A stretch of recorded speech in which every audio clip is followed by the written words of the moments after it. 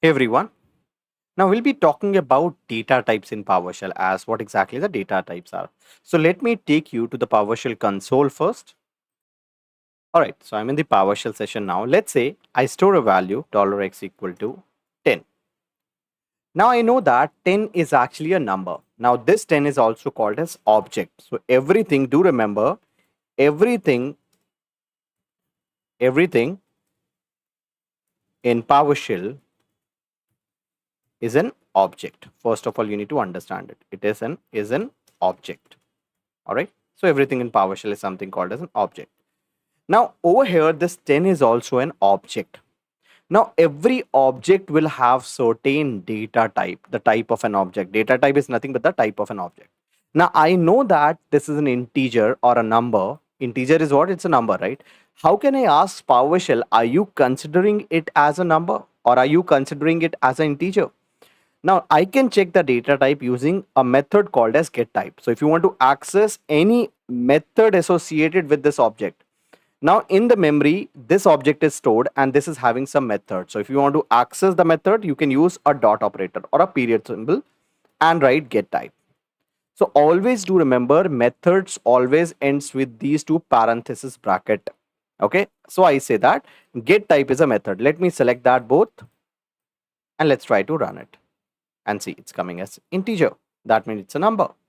So every object will have certain data types. I told you, right? So this object is actually of integer category, that you can see it over here, right? This object is actually nothing but an integer. Now let's try to store some characters. Let's say I write maybe Miami DC01. This is my server name. Let's try to run it and store it. I will store it in a variable, let's say y, and let me try to run it. Now what happened? It's a Miami DC01 is not recognized as the commandlet.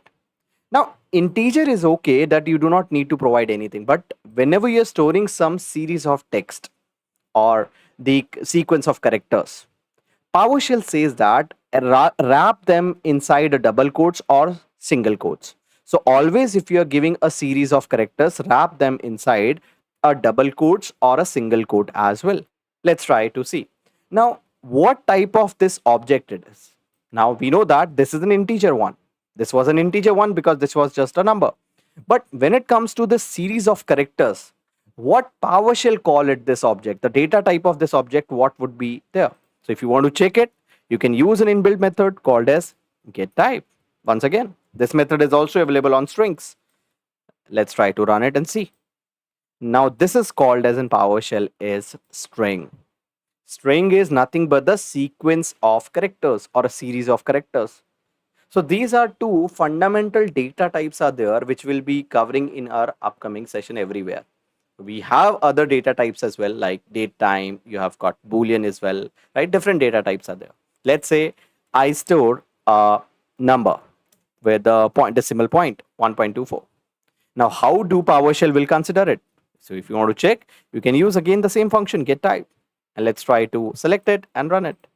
Now you can see that PowerShell is considering it as a double value. It's double. Okay, so this is how you can check the data type. So this particular method called as get data type is actually available on all objects, whether it is an integer, whether it is a string, or whether it is a double, right? Why I am calling it a method, do remember, because it is ending with these two parenthesis bracket. So these two brackets are called as the parenthesis bracket. So this bracket is called as a parenthesis bracket in PowerShell or any scripting language. This bracket is actually called as a square bracket. And we do have one more bracket, which is also called as this one, curly braces. This is called as a curly braces. Okay. So I hope this part is clear, guys. Thank you, everyone.